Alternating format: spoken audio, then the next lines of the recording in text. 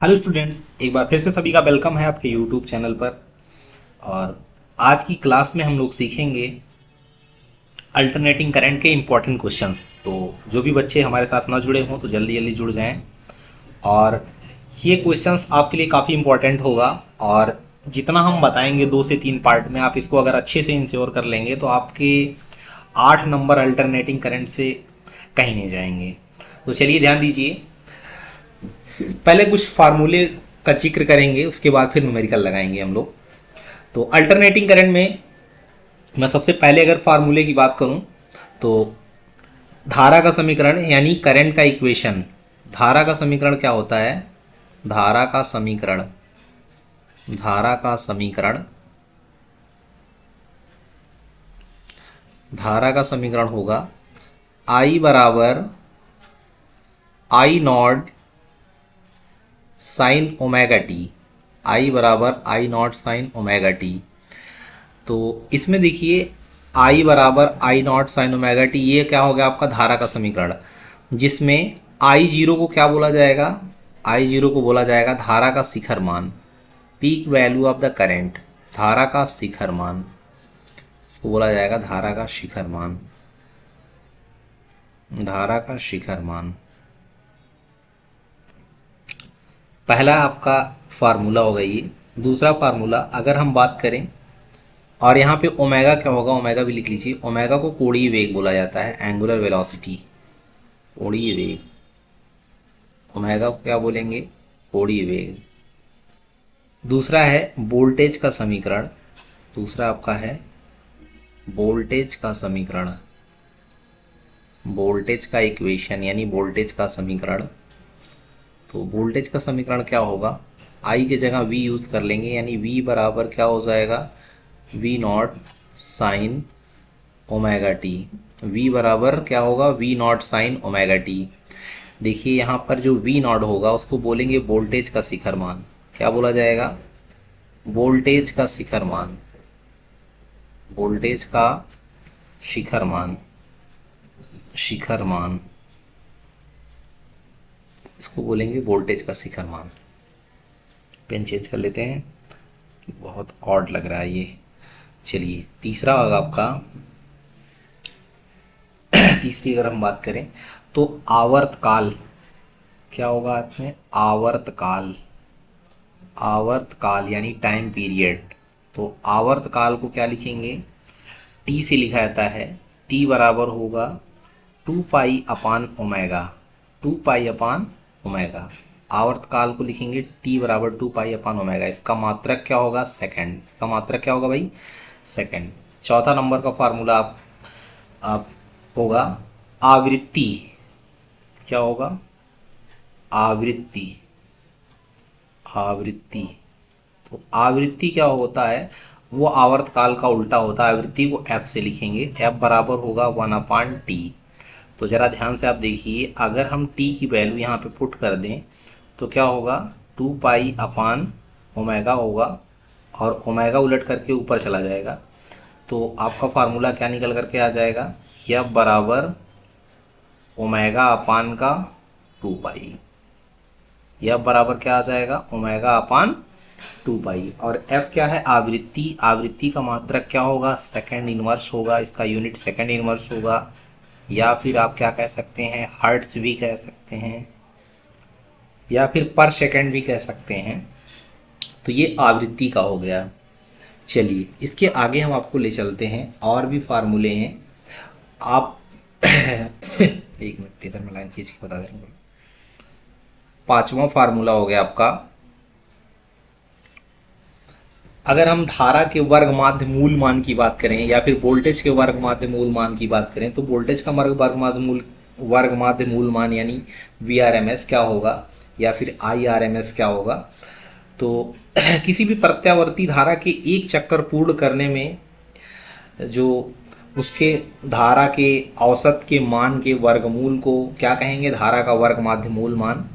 इसे यहाँ पे मैं लिख दे रहा हूँ, धारा के वर्ग के वर्ग के माध्य के वर्गमूल को, है ना, वर्ग के माध्य के वर्गमूल को धारा का वर्ग माध्य मूल मान कहा जाएगा।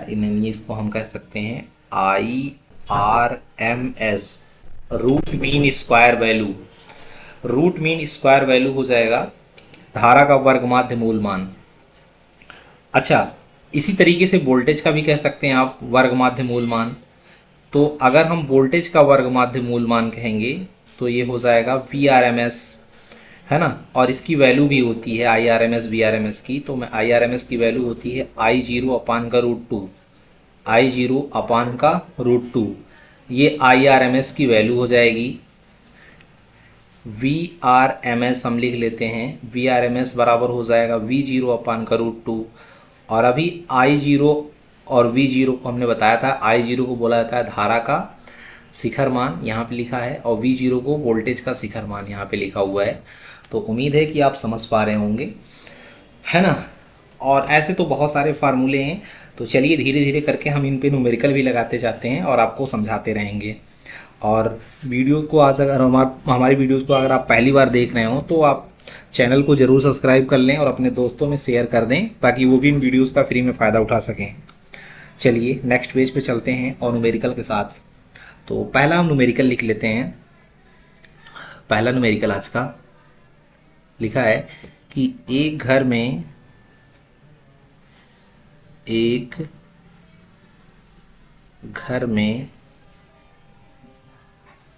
गैस मीन्स कौन आया था?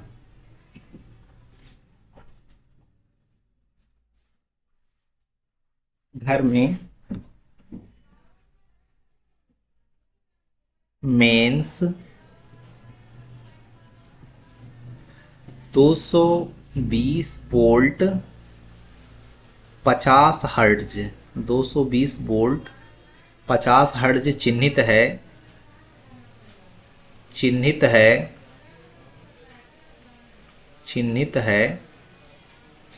तात्क्षणिक वोल्टेज का समीकरण लिखिए, तात्क्षणिक वोल्टेज का समीकरण लिखिए, तात्क्षणिक वोल्टेज का समीकरण लिखिए, वोल्टेज का समीकरण लिखिए, समीकरण लिखिए। तात्क्षणिक वोल्टेज का समीकरण लिखना है। इंस्टेंटेनियस वेलोसिटी का क्या करना है आपको? इक्वेशन बताना है। तो चलिए पहले सबसे तो आप क्वेश्चन पढ़ लीजिए अच्छे से, क्या क्या कह रहा है उसमें, और फिर इसके बाद हम इसका सलूशन देंगे आपको। चलिए ध्यान से देखिए क्या लिखा है। एक घर के मेंस में 220 वोल्ट 50 हर्ट्ज चिन्हित है। तो सबसे पहले आपको वोल्टेज का समीकरण लिखना है। तो सबसे पहले आप देखिए इसमें क्या लिखा है, वोल्टेज दिया गया यानी वी की वैल्यू कितनी दी गई है आपको? 220 वोल्ट, है ना। तो आप इस V को VRMS लिख लीजिए, VRMS, है ना। V को आप क्या लिख लीजिए? VRMS। और 50 हर्ट्ज है यानी F फ्रीक्वेंसी को लिख लेंगे 50 हर्ट्ज, यानी आवृत्ति लिख लेंगे 50 हर्ट्ज। तात्क्षणिक वोल्टेज का समीकरण लिखना है। तो वोल्टेज का समीकरण क्या होता है? V बराबर V not sine omega T. क्या होगा? Sign omega T. तो सबसे पहले तो आप यहाँ से ओमेगा निकाल लीजिए। तो देखिए भाई ओमेगा कैसे निकलेगा। ओमेगा बराबर होता है 2 पाई एफ, ओमेगा बराबर होता है 2 पाई एफ। तो ओमेगा बराबर 2 पाई एफ, तो 2 और पाई है ही है, एफ की वैल्यू कितनी हो जाएगी? 50 हर्ट्ज हो जाएगी। तो ओमेगा की वैल्यू कितनी आ जाएगी? 50 दूना 100 यानी 100 पाई आ जाएगा। ओमेगा की वैल्यू 100 पाई आ जाएगी। तो ओमेगा आ गया। वी नॉट आप निकाल लीजिए कहीं से। देखिए वी नॉट अगर निकालते हैं, वी नॉट बराबर होगा, क्योंकि वी नॉट बराबर होगा V R M S root two. क्या होगा? V R M S root two. क्यों? क्योंकि वी आर एम एस बराबर होता है वी जीरो अपान का रूट टू, तो रूट टू इधर आ जाएगा। तो वी नॉट की वैल्यू कितनी आ जाएगी sir? V R M S की वैल्यू है 220 और रूट टू हो जाएगा, यानी 220 रूट टू आ जाएगा। अब आपको लिखना है वोल्टेज का समीकरण। आराम से लिख सकते हैं भाई। देखिए ये वैल्यू आपको गिवन है और ओमेगा अगर गिवन है तो आप वोल्टेज का समीकरण बड़े आसानी से लिख सकते हैं। देखिए V बराबर वी नॉट की वैल्यू कितनी है? 220 रूट टू, और यहाँ पे क्या आ जाएगा? साइन ओमेगा, ओमेगा की वैल्यू कितनी है 100 पाई, और यहाँ पे क्या आ जाएगा टी लास्ट में है ये, तो ये आपका आंसर आ जाएगा। उम्मीद है कि आप बहुत अच्छे से समझ पाए होंगे। चलिए दूसरा क्वेश्चन कर लेते हैं, यहीं बगल में लिख लेते हैं, जगह तो बहुत है, मैं थोड़ा सा लाइन खींच की इधर उधर कर दे रहा हूँ। यहीं पे लिख लेते हैं दूसरा क्वेश्चन, कलर चेंज कर लेते हैं पेन का। दूसरा क्वेश्चन हमारा है प्रत्यावर्ती वोल्टेज समीकरण, प्रत्यावर्ती वोल्टेज समीकरण, वोल्टेज समीकरण, वोल्टेज समीकरण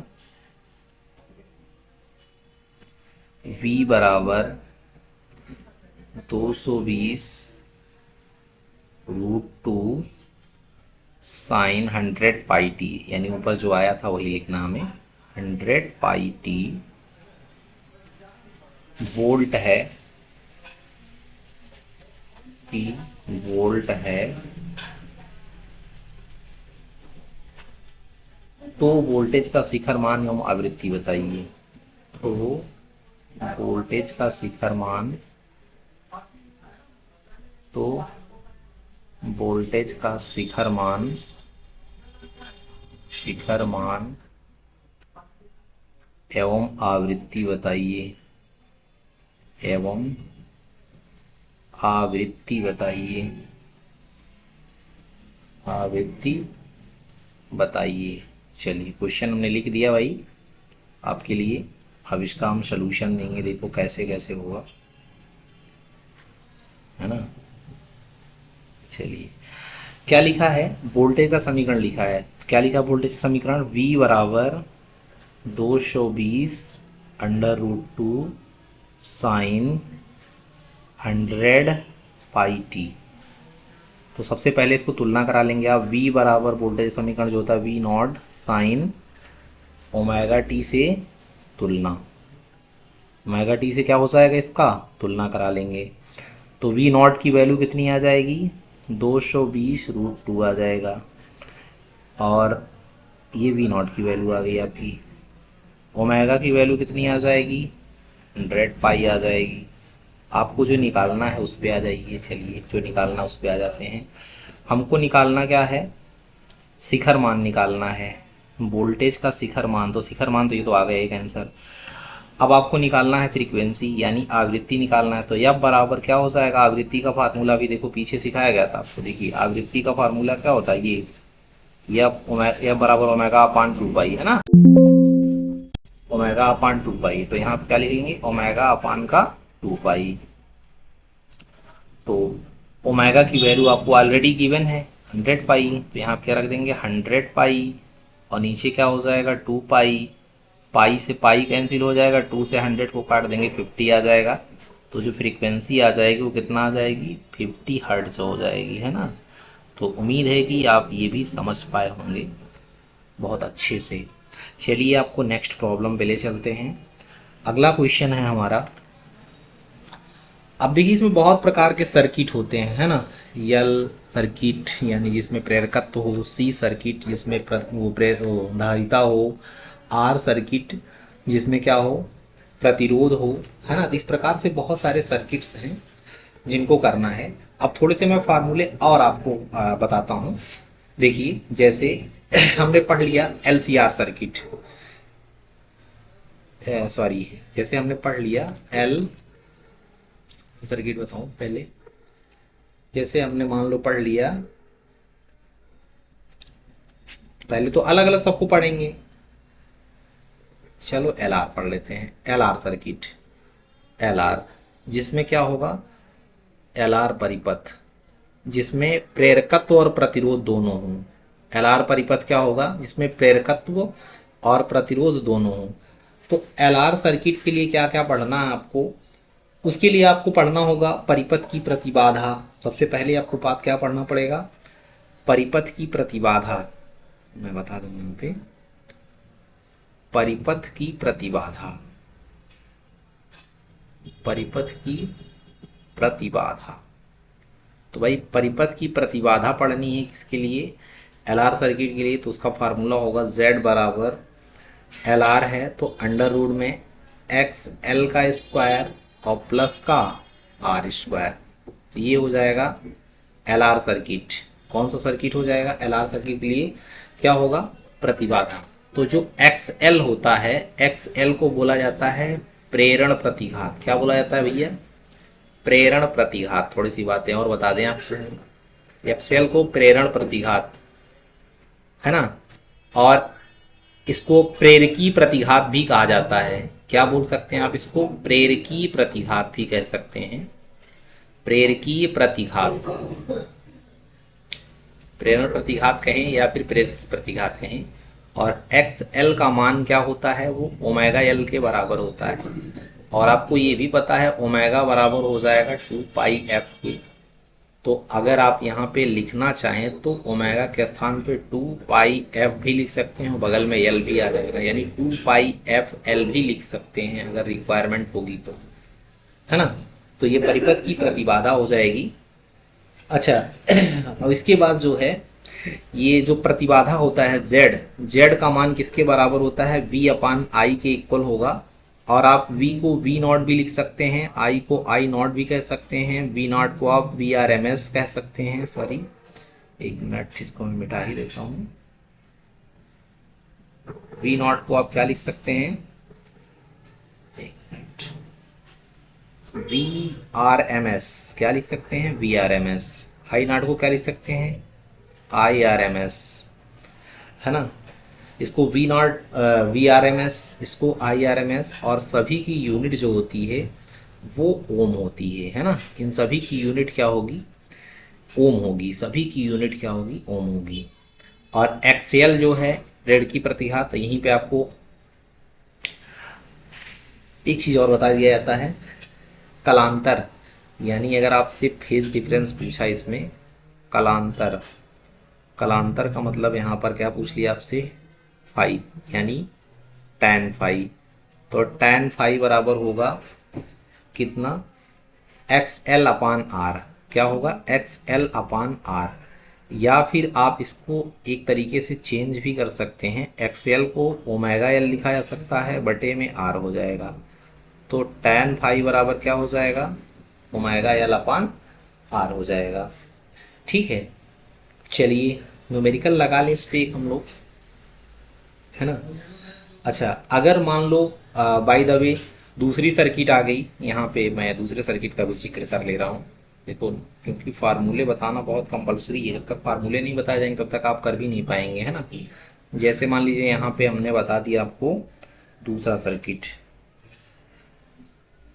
LCR की जगह, LR सर्किट की जगह चलो CR सर्किट लिख दिया। क्या? CR परिपथ, CR परिपथ, यानी C का मतलब क्या होगा यहाँ पर? धारिता, और R का मतलब प्रतिरोध। CR सर्किट है तो अगर CR सर्किट है तो यहाँ पर भी देखिए क्या होगा, इसके लिए प्रतिबाधा का सूत्र अलग होगा, है ना। इसके लिए क्या होगा? प्रतिबाधा जो आएगा, प्रतिबाधा यानी परिपथ की प्रतिबाधा जो होती है वो अलग होगा। Z बराबर हो जाएगा यहाँ पर XC का स्क्वायर और प्लस का R स्क्वायर हो जाएगा, है ना। और यहाँ पर ये जो XC होगा, एक मिनट सही लिखो भैया,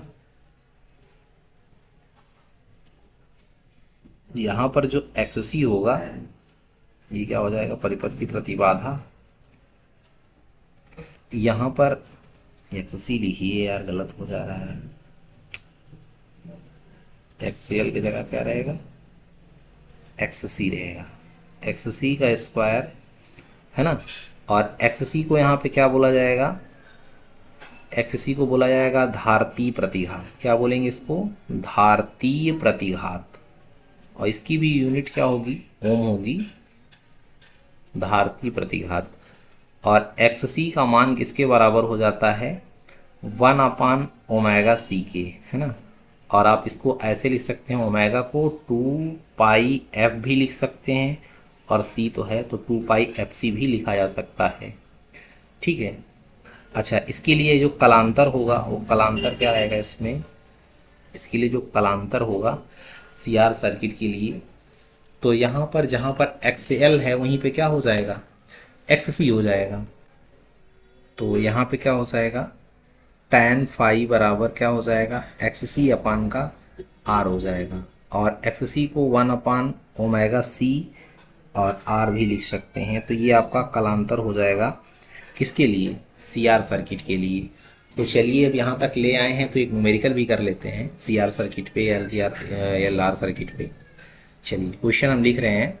पहला क्वेश्चन है हमारा, 60 माइक्रोफैरड धारिता के 60 माइक्रोफैरड धारिता के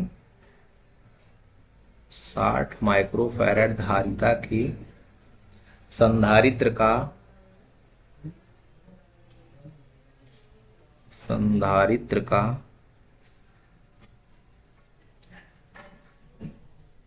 600 हर्ट्ज आवृत्ति पर 600 हर्ट्ज आवृत्ति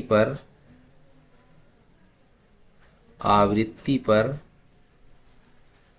धारतीय प्रतिघात ज्ञात कीजिए। धारतीय प्रतिघात ज्ञात कीजिए।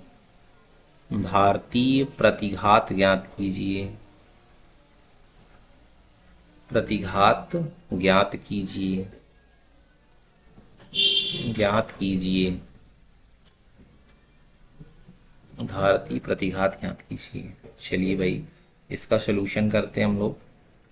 तो उम्मीद है कि आप समझ पाए होंगे। चलिए पेन चेंज कर लेते हैं।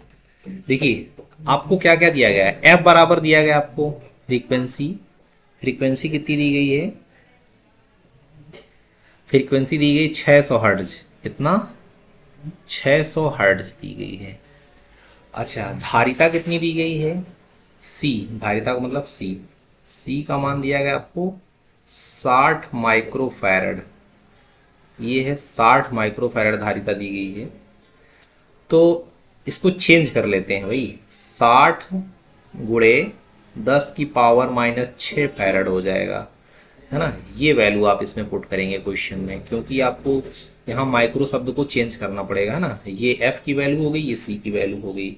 आपको निकालना है धारतीय प्रतिघात, कहने का मतलब आपको एक्स सी निकालना है ना, एक्स सी निकालना है। तो आपने पढ़ रखा है एक्स सी बराबर 1 अपान ओमेगा सी, है ना। तो एक्स सी बराबर 1 अपान ओमेगा, और ओमेगा को मतलब लिखा जा सकता है 2 पाई एफ। क्या लिखा जा सकता है, 2 पाई एफ, और सी तो है ही है, 2 पाई एफ सी हो जाएगा।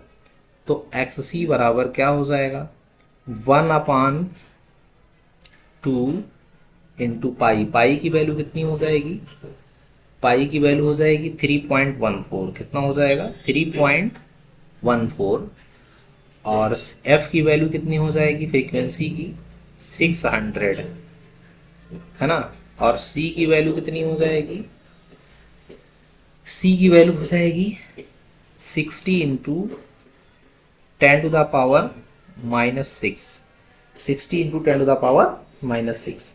देखिए अब इसको आप लोग सॉल्व करेंगे, तो अगर सॉल्व ना कर पाए तो मैं सॉल्व करके बगल में आपको दिखा भी देता हूँ। चलिए तो यहाँ से सबसे पहले आप दशमलव हटाएंगे और ऊपर 2 जीरो लगा देंगे। तो ये 2 जीरो से कैंसिल हो जाएगा। और यहाँ पे देखिए 10 की पावर -6 लिखा हुआ है, ये ऊपर जाएगा तो 10 की पावर +6 हो जाएगा, 10 की पावर +6 हो जाएगा। और नीचे कितना हो जाएगा, 314 में 2 से गुणा कर लेंगे तो 628। कितना हो जाएगा, 628 हो जाएगा। इंटू में 6 और 6 का गुणा करा लेंगे, 6 6 36 और 1 जीरो हो जाएगा, यानी 360 हो जाएगा, है ना। 6 6 36 और 1 जीरो 360 हो जाएगा। और 10 की पावर 6 ऊपर ही है, 1 जीरो यहाँ से कैंसिल कर सकते हैं आप। और तो यहाँ पे 10 की पावर कितना हो जाएगा, 5 हो जाएगा।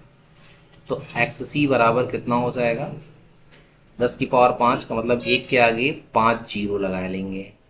और नीचे कितना हो जाएगा कि इनका गुणा करा लेंगे, यानी 628 इंटू 36, इनका मल्टीप्लाई कर लीजिएगा आप, और मल्टीप्लाई करके इसमें डिवाइड कर दीजिएगा। तो शायद इसका आंसर आएगा 4.4। मैं ऐसे लिख दे रहा हूँ, आप लोग कैलकुलेट करके सही आंसर मिला लीजिएगा। कितने आ रहा है कमेंट करके हमें बताइएगा, आंसर हो जाएगा। ठीक है, तो उम्मीद है कि क्लास आपको बहुत अच्छे से समझ में आ रही होगी, और ऐसे ही बेहतरीन क्वेश्चंस और जानने के लिए हमारे चैनल को फॉलो करें और वीडियोस को अपने दोस्तों में ज़रूर शेयर करें ताकि वो भी इन वीडियोस का फ्री में फ़ायदा उठाएं। और बोर्ड का एग्ज़ाम यानी फिजिक्स का एग्ज़ाम भी बहुत करीब आपका आ गया है, तो आप लोग मेहनत से अपनी तैयारी को बनाए रखिए। 22 तारीख से आपका एग्ज़ाम है, पहला पेपर आपका हिंदी का है, तो सभी को बेस्ट विशेस। तो थैंक यू क्लास, जय हिंद जय भारत।